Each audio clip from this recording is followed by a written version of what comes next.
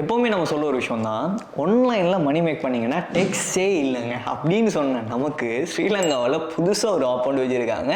15% foreign கரன்சிக்கு டெக்ஸ் வந்துட்டு கொண்டு வந்திருக்காங்க. ஸோ இந்த 15% டெக்ஸ்ட்ல என்னென்ன விஷயங்கள்லாம் பண்ணியிருக்காங்க அப்படின்னு சொல்கிறத தாண்டி இந்த டெக்ஸ்ட்ல இருந்து நீங்கள் எப்படி எஸ்கேப் ஆகலாம் அப்படின்னு சொல்கிறதையும் இந்த வீடியோவில் சொல்ல போகிறேன். அது நீங்கள் ஸ்ரீலங்காவில் இருந்தாலும் சரி, இந்தியாவில் இருந்தாலும் சரி ஃபாலோ பண்ணிக்கொள்ளலாம். இது ஒரு ஐடியாவாக எடுத்துக்கோங்க. எப்படி மற்ற என்டர்பிரனர்ஸ் எல்லாருமே இதை பண்ணுறாங்க, மற்ற பெரிய யூடியூபர்ஸ்லாம் பண்ணுறாங்க. லைக் இமாம் காஜியாக இருக்கலாம், இல்லை பெரிய பெரிய யூடியூபர்ஸாக இருக்கலாம். நிறைய பேர் இதே ஸ்டெப்ஸை ஃபாலோ பண்ணி அவங்களோட டெக்ஸை வந்து அவாய்ட் பண்ணுறாங்க. ஏன்னா யார் ஏர்ன் பண்ணாலும் ஈஸியாக அந்த மணியை தூக்கி கொடுத்துட மாட்டாங்க. ஸோ அதை எப்படி நீங்கள் பண்ணலாம் அப்படின்னு சொல்லிட்டு நான் இந்த வீடியோட எண்ட் வரையும் சொல்கிறேன். அதிலிருந்து நீங்கள் அண்டர்ஸ்டாண்ட் பண்ணிக்கலாம். ஸோ வாங்க வீடியோக்குள்ளே போகலாம். இதில் இந்த ஞாபகம் வச்சுக்கோங்க, இந்த ரூல்ஸ் ஸ்ரீலங்காவில் அப்ளை ஆகுது 2025 ஏப்ரல் 1 தான் அப்ளை ஆகுது. அதால் பாதிக்கப்படுறது யார் அப்படின்னா யூடியூபர்ஸ் பாதிக்கப்பட போகிறாங்க. ப்ளோக்கர்ஸ், அதாவது ஆர்டிக்கல் ரைட் பண்ணி எப்படி யூடியூப்லாம் ஏர்ன் பண்ணுறாங்களோ அதே மாதிரி கூகுள் AdSenseல எப்படி வெப்சைட்டில் ஏர்ன் பண்ணுறாங்களோ அவங்க பாதிக்கப்பட போகிறாங்க. ஃப்ரீலான்சர்ஸ் பாதிக்கப்பட போகிறாங்க. நீங்கள் இங்கேருந்து ஒரு சர்வீஸை வந்து ஃபாரினுக்கு செஞ்சுட்டு இருக்கீங்க, அதன் மூலமாக ஃபாரின்லேருந்து காசு வருதுன்னு சொன்னால் நீங்கள் பாதிக்கப்பட போகிறீங்க அப்படின்னு சொல்லி எல்லாருமே ஃபாரின் கரன்சியோட சம்மந்தப்படுற எல்லாருமே பாதிக்கப்பட போகிறாங்க. பட் இதில் ஒரு க்யூரியஸான ஒரு விஷயம் என்ன அப்படின்னா, நீங்கள் இண்டிவிஜுவல் பர்சனாக அந்த பிஸ்னஸை பண்ணுறீங்க அப்படின்னா நீங்கள் மெண்டட்டரியாக ஒரு $1000 வருது அப்படின்னா $150 நீங்கள் டெக்ஸ் பே பண்ணி ஆகணும். எந்த வித ஸ்கிப்பும் பண்ண முடியாது. ஆனால் இதுவே நீங்கள் கம்பெனியாக இருந்தீங்க அப்படின்னா உங்களால் அந்த ப்ராஃபிட்டுக்கு மட்டும் டெக்ஸ் கட்ட முடியும். இப்போ இண்டிவிஜுவலாக இருந்தாலும் சரி, கம்பெனியாக இருந்தாலும் சரி, இந்த சிலவு அப்படின்னு சொல்கிறது இருக்க தான் போகுது. பட் ஏன் இதை பண்ணியிருக்காங்கன்னு தெரியல. அவங்க என்ன சொல்கிறாங்கன்னா, இந்த 15% மெண்டட்டரியாக இண்டிவிஜுவலாக பிஸ்னஸ் பண்ணுறவங்க பே பண்ணி தான் ஆகணும். எந்த வித ஸ்கிப்புமே இல்லை. அவங்க ரெவென்யூக்கு பே பண்ணணும். பட் கோஆப்ரேட்டாக இருந்தாங்க அப்படின்னா அவங்க ப்ராஃபிட்டுக்கு மட்டும் பே பண்ணால் போதும் அப்படின்னு சொல்லியிருக்காங்க. இது எந்த அளவுக்கு சூட்டபிள் அப்படின்னு சொல்லி தெரியல. உங்களுக்கு எந்த அளவுக்கு இந்த ரூல்ஸ் எல்லாம் இருக்குது, இது நல்லமா இல்லையா அப்படின்னு சொல்கிறத கமெண்ட்டில் சொல்லுங்கள். ஸோ நம்ம வீடியோவில் இன்னும் கொஞ்சம் டீட்டெயிலாக பார்க்கலாம். இந்த டெக்ஸ் சிஸ்டம் எப்படி ஒர்க் ஆகுதுன்னு சொல்கிறத ஃபர்ஸ்ட் ஆஃப் ஆல் நீங்கள் அண்டர்ஸ்டாண்ட் பண்ணிக்கோங்க. இதை வந்து சொன்னது வந்து கவர்மெண்டாலேயே டைரெக்டாக கொண்டு வரல. IMF வந்து ரெக்கமெண்ட் பண்ணிட்டு இருந்துச்சு 30% டெக்ஸை வந்து கொண்டு வாங்க அப்படின்னு சொல்லி. அதாவது இந்த மாதிரி ஃபாரின்ல இருந்து வரக்கூடிய கரன்சிக்கு 30% டெக்ஸ் போடுங்க அப்படின்னு சொல்லி IMF சொல்லி இருந்துச்சு. பட் இவங்க வந்துட்டு அதுக்கு பாதியா 50% கம்மி பண்ணி 15% கொண்டு வந்திருக்காங்க. இந்த 15% ரொம்ப ஜாஸ்தி அப்படின்னு சொல்லி கொமாண்டில் தெரிக்க விடுறத பார்க்க முடியுது. நிறைய பேர் வந்து ஹேட் ரேட்டை வந்து சொல்லிட்டு இருக்காங்க. இப்படி எல்லாம் பண்ணீங்கன்னா எப்படி ஃபாரின்ல இருந்து காசு வரும் அப்படின்லாம் சொல்லிட்டு இருக்காங்க. ஸோ இதில் நிறைய பேர் சொல்ற விஷயம் என்ன அப்படின்னா, பேங்குக்கு காசு வந்தால் மட்டும்தானே இவங்களால ட்ரெக் பண்ண முடியும். பயனியரோ இல்லை பேபாலோ இல்லை அப்படி இருக்கக்கூடிய டிஜிட்டல் வாலெட்ஸில் நாங்கள் காசை எடுத்துட்டோம் அப்படின்னா அந்த காசே நாட்டுக்கு வராதே அப்படின்லாம் பேச ஸ்டார்ட் பண்ணிட்டாங்க. எண்ட் ஆஃப் தி டே நீங்கள் எப்படி பண்ணாலும் அந்த காசை நீங்கள் வித்ட்ரால் பண்ணி தான் ஆகணும். இல்லாட்டி அதை வந்து வேறு வகையில் வந்து லீகல் இல்லாமல் சில விஷயங்களை பண்ணுவாங்க. அப்படி பண்ணுறதன் மூலமாக கூட இந்த டெக்ஸ்ட்லேருந்து அவாய்ட் ஆகலாம். நான் அதெல்லாம் ரெக்கமெண்ட் பண்ண போகிறது கிடையாது. நான் லீகலான வேஸை வந்து சொல்லித்தரேன். ஸோ அதுக்கு முன்னாடி இப்படி எல்லாம் இவங்க பண்ண ஸ்டார்ட் பண்ணிட்டாங்க அப்படின்னா இவங்களுடைய மோட்டிவ் வந்துட்டு நாட்டுக்கு இன்னும் கொஞ்சம் வருமானத்தை அதிகரிக்கணும் அப்படின்னு சொல்கிறது தான். பட் இந்த மாதிரி பண்ண ஸ்டார்ட் பண்ணிட்டாங்க அப்படின்னா ஃபாரின்ல இருந்து வரக்கூடிய கரன்சி எதுவுமே ஸ்ரீலங்காக்குள்ளே வராது. ஸோ எக்கானமி வந்து பாதிக்கப்படுறதுக்கான சான்சஸ் வந்துட்டு இருக்குது. சரி, இவங்கெல்லாம் சொல்கிறது கரெக்டு. மற்ற கண்ட்ரிஸ் எல்லாம் இதை எப்படி ஹேண்டில் பண்ணுறாங்க அப்படின்னு சொல்லி நீங்கள் திங்க் பண்ணுவீங்க. ஸோ அதை பற்றி இன்னும் கொஞ்சம் டீட்டெயிலாக பார்த்துலாம். எக்ஸாம்பிளுக்கு USA அப்படின்னு சொல்கிற கண்ட்ரியை பார்த்தோம் அப்படின்னா அவங்களுக்கு வேர்ல்டு வைட் டெக்ஸ் மட்டும்தான் இருக்குது. அவங்க டெலிகேட் பண்ணி சொல்லலை. அதாவது உள்நாட்டு கரன்சிக்கு வேறு டெக்ஸ், வெளிநாட்டு கரன்சிக்கு வேறு டெக்ஸ் அப்படின்லாம் சொல்லலை. ஏன்னா அங்கே இன்டர்நேஷனல் பிஸ்னஸ் பண்ணுறவங்க ரொம்ப கூட. ஸோ அதனால் வந்துட்டு அவங்க சொல்லியிருக்கிற விஷயம், நீங்கள் இன்கம் மேக் பண்ணாலே டெக்ஸ் பே பண்ணுங்க அப்படின்னு தான் சொல்லியிருக்காங்க. UK பொறுத்தவரையில் பார்த்தீங்கன்னா சில ரெசிடென்ஸில் இருக்கக்கூடியவங்களுக்கு வந்து டெக்ஸ் வந்துட்டு கிடையாது. பட் சூன் அங்கேயே பொலிட்டிக்கல் இஷ்யூ போயிட்டு இருக்குது. அதை அப்டேட் பண்ணுவாங்க அப்படின்னு சொல்லி விளங்குது.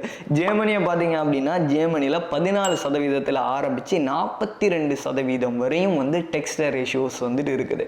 ஸோ இப்படியும் சில கண்ட்ரிஸ் வந்துட்டு இருக்குது. இந்தியாவை பார்த்தீங்கன்னா 5% ஆரம்பித்து 30%, அதே மாதிரி கோஆப்ரேட்டுக்கு வந்து 25% வரையும் சார்ஜஸ் பண்ணுறாங்க.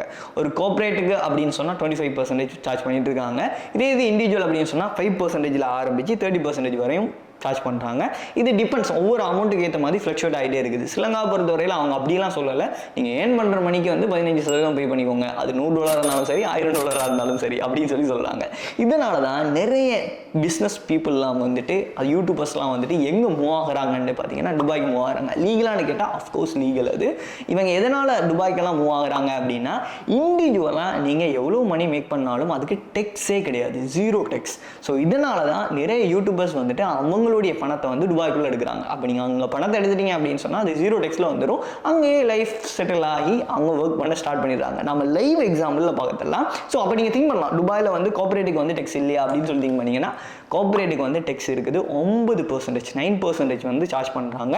இப்போ பட் இதுவே நீங்கள் ஒரு இண்டிவிஜுவலாக இருக்கீங்கன்னா டெக்ஸே கிடையாது. அந்த 9% அவங்க எப்படி சார்ஜ் பண்ணுறாங்க அப்படின்னு சொல்கிறதையும் நான் சொல்லிடுறேன். கிட்டத்தட்ட $1000, 1000 இல்லை, $1,00,000 நீங்கள் இயருக்கு மேக் பண்ணால் மட்டும்தான் நீங்கள் டெக்ஸுக்கு எலிஜிபிள். ஸோ அதுக்கு மேலே போகணும். $1,00,000 மேலே நீங்கள் தாண்டினா மட்டும்தான் நீங்கள் வந்து டெக்ஸ் பே பண்ண வேண்டி இருக்கும். அதாவது நீங்கள் ஏஇடி கரன்சியில் பார்த்தீங்கன்னா, துபாய் கரன்சியில் பார்த்தீங்கன்னா 3,75,000 துபாய் கரன்சிக்கு மேலே பெர் இயருக்கு மேக் பண்ணால் மட்டும்தான் உங்களுக்கு டெக்ஸ் வந்து வரப்போகுது. சரி, இப்போ நீங்கள் எக்ஸாம்பிளுக்கு வச்சுக்குவோம், ஒரு ஸ்னாரியோ எடுத்துக்குவோம். நீங்கள் வந்து ஆன்லைனில் மணி மேக் பண்ணுற ஒரு பர்சன் ஒரு $1000 நீங்கள் வந்து ஸ்ரீலங்காவில் மணி மேக் பண்ணுறீங்க அப்படின்னா, end of the year individual டெக்ஸை நீங்கள் பார்த்தீங்க அப்படின்னா, நீங்கள் வந்து வருஷத்துக்கு வந்து $12,000 மேக் பண்ணியிருப்பீங்க. ஸோ உங்களோட டெக்ஸ் ரேஷியோ வந்து $1,800 வந்துட்டு வரப்போகுது. அதாவது $5,85,000 ஸ்ரீலங்கா காசுக்கு நீங்கள் டெக்ஸ் மட்டும் பே பண்ணணும்.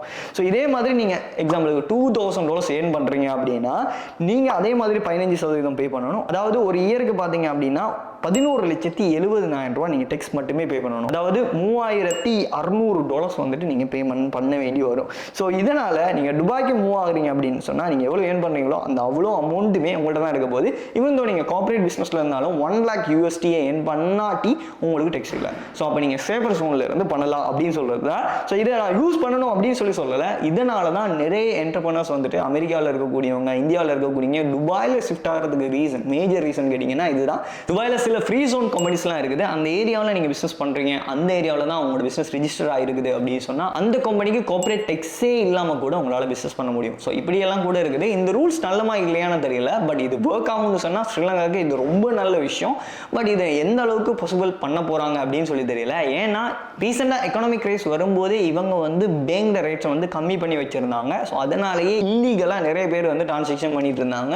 ஸோ ஏன்னா பேங்கை விட அதிகமான ரேட்டுக்கு பிளாக் மார்க்கெட்டில் எடுக்கலாம் அப்படின்னு சொல்கிறதுக்காக. ஸோ நாட்டுக்கு டொலர்ஸே வரல. அதுக்கப்புறமா ஸ்விட்ச் பண்ணதுக்கு அப்புறமா பூஸ்டெல்லாம் பண்ணாங்க. அதாவது ஒவ்வொரு வித்ரோலுக்கும் எக்ஸ்ட்ராவாக நாங்கள் $10 தரோம், எக்ஸ்ட்ராவாக நாங்கள் $1000 தரோம், அந்த மாதிரியெல்லாம் பூஸ்டிங் நடந்துட்டு இருந்துச்சு. ஒவ்வொரு டொலர்ஸுக்கும் $10 போனஸ் தரோம், அந்த மாதிரியெல்லாம். ஸோ அப்படி பண்ணும்போது டொலர்ஸ் நிறைய வந்ததை பார்க்க முடிஞ்சிச்சு. அதுக்கப்புறமா நிறைய டொலர்ஸ் வந்ததுக்கப்புறமா அந்த ரூல்ஸ் எல்லாம் அந்த ரிமூவ் பண்ணிட்டாங்க. ஸோ இப்போ எல்லாம் அந்த ரூல்ஸ் இல்லை. ஏன்னா டொலர்ஸ் வந்துட்டு நாட்டுக்கு நல்லாவே வந்துட்டு இருக்குது. இப்போ இந்த ரூலை சேஞ்ச் பண்ணதுனால மேபி எக்கனாமி பாதிக்கப்படலாம். ஸோ இது எப்படி ரன் ஆகும்னு சொல்றது ஏப்ரல் 1ஆம் தேதிக்கு பிறகு தான் தெரிய வரப்போகுது. ஸோ நீங்கள் எப்படி இந்த ரூல்ஸை பற்றி நினைக்கிறீங்க அப்படின்னு சொல்கிறத கமெண்ட்டில் சொல்லுங்கள். நீங்கள் இந்த ரூல்ஸை வரவேற்கிறீங்க அப்படின்னு சொன்னாலும் கமெண்ட்டில் நீங்கள் தாராளமாக சொல்லலாம். இது நம்ம நாட்டுக்கு நல்லது தானே, ஸோ தாராளமாக பண்ணிக்கலாம் அப்படின்னு சொல்லலாம். உங்களோட ஒப்பீனியன்ஸை கமெண்ட்டில் சொல்லுங்கள். என்ன வேணாலும், எந்த ஒப்பீனியன் வேணாலும் கமெண்ட்டில் ஷேர் பண்ணுங்கள்.